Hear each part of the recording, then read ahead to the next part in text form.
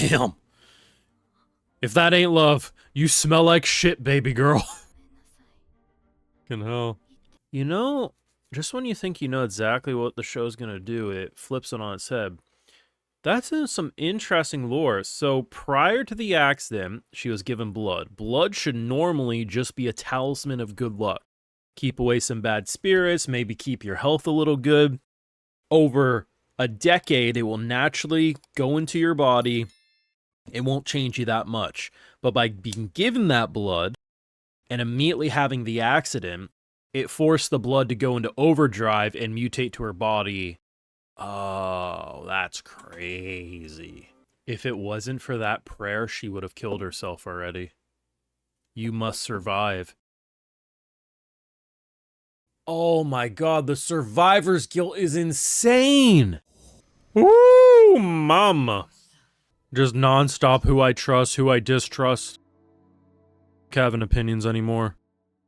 Just tell me what to feel, anime. Hey you, if you made this fun video, of course, slap that like, share your support, subscribe if you're new around here, and Patreon's where you can catch my full live reactions to all these episodes and more. If you also want help on the channel, videos just like these, but we got a lot to talk about. Let's just jump right into it. You know, I have been praising this Monster Wanna See Me for a while, and I think rightfully so, but we have reached a point where I truly think it has potentially reached masterpiece level. Now, does that mean the whole show will now be a masterpiece to me? No, but episode 9 in particular, I think is.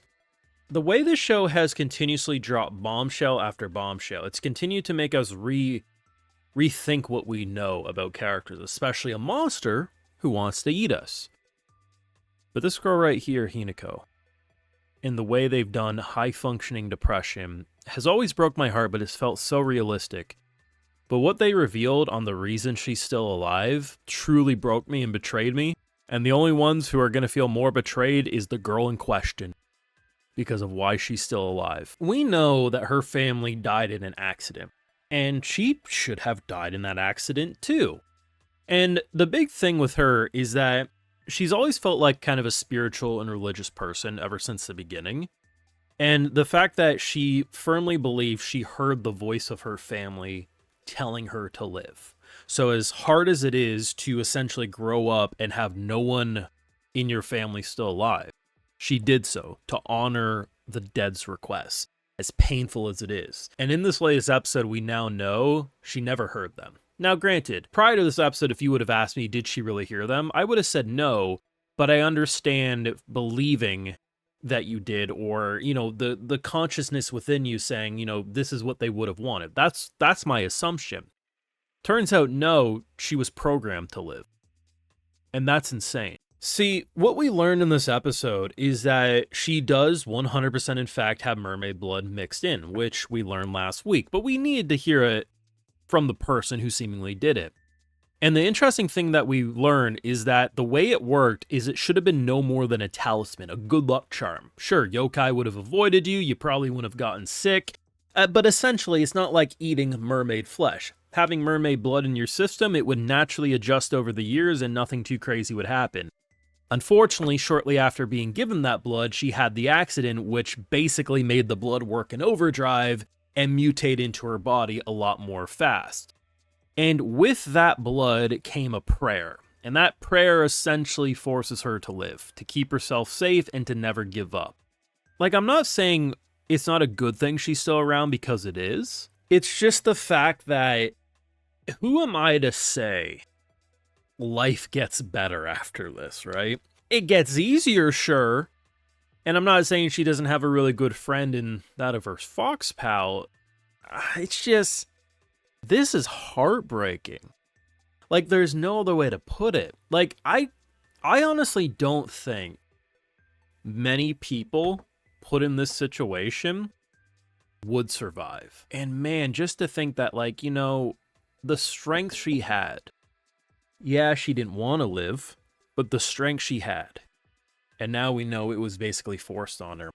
The interesting thing about a character like Shiori, though, is the zoo analogy is so interesting to me, and I generally wonder where they're going to go, because I think we do have our answer on why she chose to protect her, which is the end of the episode. So we get told that there's a character from her past that gives her very similar vibes to that of Hinako, And despite her also wanting to die, Miss Mermaid said nah. So the tie of something from your past being reminded in the present, giving her the blood early on, because I'm going to assume we're going to learn that something bad happened to this girl because she didn't intervene, and maybe she felt a little guilty trying to make it up, something like that. But it's so interesting because when you have the two of them go on a zoo date, and when she asks her, like, hey, what do you think when looking at this? She's like, well, it's cute. And for her, she's like, no, it's meat.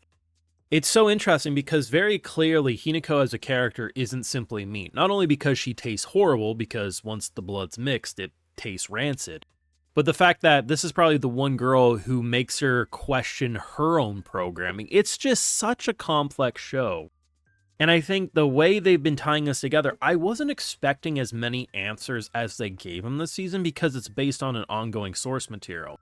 And I thought, surely we're not going to be blessed 2 seasons in a row, Summer Hikaru died style, where, you know, in that show's case, the manga's close to ending, so when we get the 2nd season, it'll be a full adaptation. So, you know, it's pleasantly surprising that we got so many answers in that show, and we will get a full answer. And while we're not going to get a definitive end here, it does feel like the 3 central characters are all going to have as much information needed to be revealed by the end of the show to feel like a satisfying stopping point, even if we never get a season 2, which I never thought I'd be saying. The only character in this show that I think feels more betrayed than I currently do is the girl herself, who now questions why she's even alive. And the fact that, too, she's basically saying, if you try to kill yourself, I will rip your limbs off and throw you in a cage. I still firmly believe there's this element of wanting her to find her own happiness and not having to keep her safe, but there's definitely more to it than just simply that, and it just, the more you think you know about Shiori as a character, the more it flips itself on its head and says, no, you actually don't. And that's incredible. Now, of course, those are just my thoughts. You can let me know what you've been thinking on this mermaid wants to eat me. No, it's this monster wants to eat me, but I always get it mistaken because that's what I think it's called.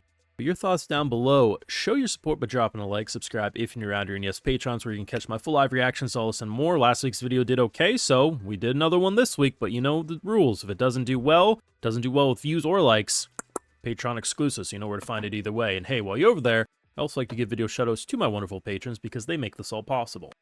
Alright, so today we got Azov Montgomery, Migs021, Durberg Jude, Third Dynasty, Arter Kunha. We also have Devin Mitchell. So I appreciate the support, everyone. Please take care. God damn, if you relate to any of these depressed characters, seek professional help. I'm not even joking. This shit's deep. Have a good one.